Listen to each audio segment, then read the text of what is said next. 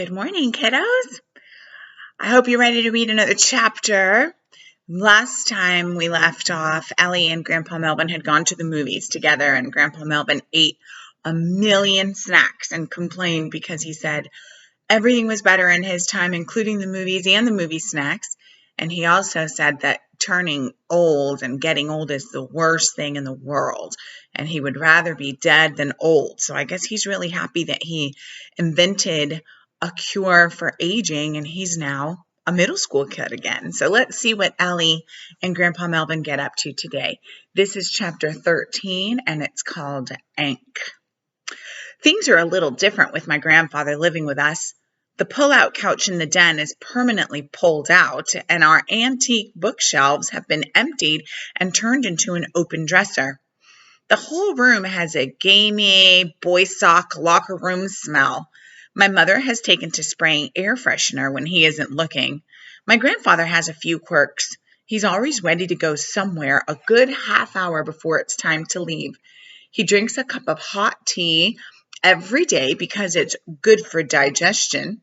And he has a thing about the trash. You should put the trash cans out at night, he tells my mom. I like to do it in the morning, she says. What if you forget? My mother grits her teeth. I won't forget. You might, he says, and you'll end up with 2 weeks of trash in your cans. Then you'll have a real problem. There's no need to try to figure out what he really means. The way there sometimes is with girls. He's blunt, and he always does what he says he will. So when he doesn't show up at the end of the school day, I start to get nervous. I'm waiting for him at our usual meeting spot, the flagpole in front of the school. The stream of kids rushing by slows to a trickle, but he's still nowhere in sight. I know he wouldn't just leave me here. Then I remember Nicole talking about old people wandering off. Even though my grandfather has a teenager's body, he still has a 76-year-old brain. I check by his locker and his last class of the day, but nothing. Now I'm getting really worried. So I go to one of the boys' bathrooms and shout in the door, Melvin! Raj walks out.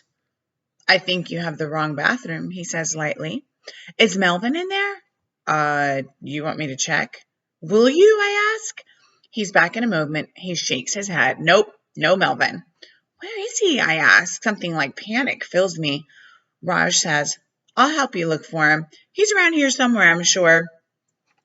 Raj checks all the boys' bathrooms and the locker room, but he's nowhere. It's only when we're going past my locker that I see it, a note sticking to the metal. I'm in detention. Melvin. Raj offers to wait with me. We sit on a bench outside the detention room. He's fun to talk to. Your cousin's a little strange, he says. I look at him.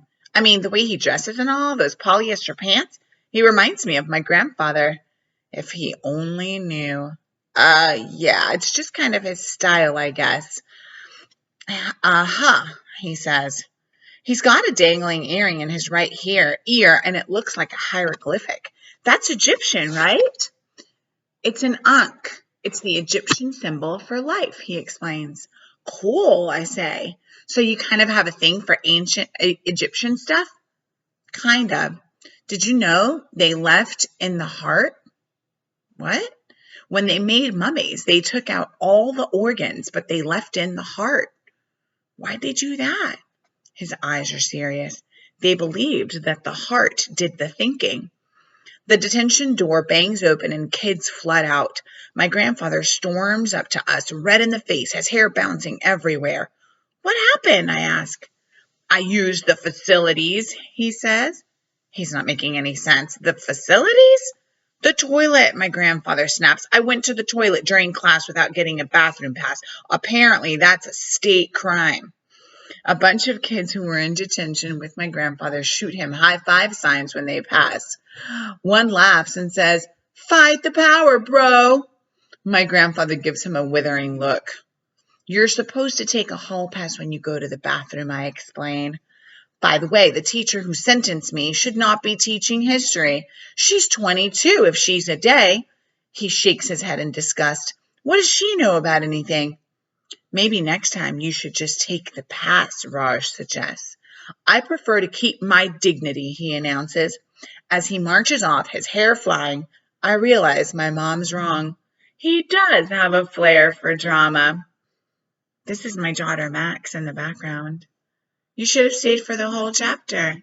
I was gonna ask, do I need to? So anyway, I'll talk to Max in a second, but that is the end of the chapter. And so Ellie says, Mom was wrong. He does have a flair for drama because remember, Mom is a drama teacher and Grandpa Melvin is a scientist. And so they say that scientists don't have any flair for drama, but Grandpa Melvin was just being super dramatic when he was in detention. He went to the bathroom without permission, so he got in trouble. I love reading to you every single day. If you haven't been reading with us, catch up on the book, catch up with us on the eClass landing page. And when we finish the 14th Goldfish, if you send me an email with a summary and with your favorite part, I will send you a treat in the mail. Continue to get on your eClass every single day. Your grades for Digital Learning Day count. Our new final exam and grading days have come out and been published. So your classwork counts for 40% of your grade, and your digital learning classwork counts for all of that. And you're going to have tests, probably 2 more tests in your digital learning days and a final. So there is so much work left to do. You're doing great. Keep it up.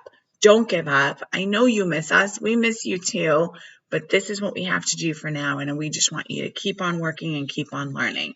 Thanks for reading with me. Have a super good day. And I'll see you again tomorrow. Bye. Bye, Max.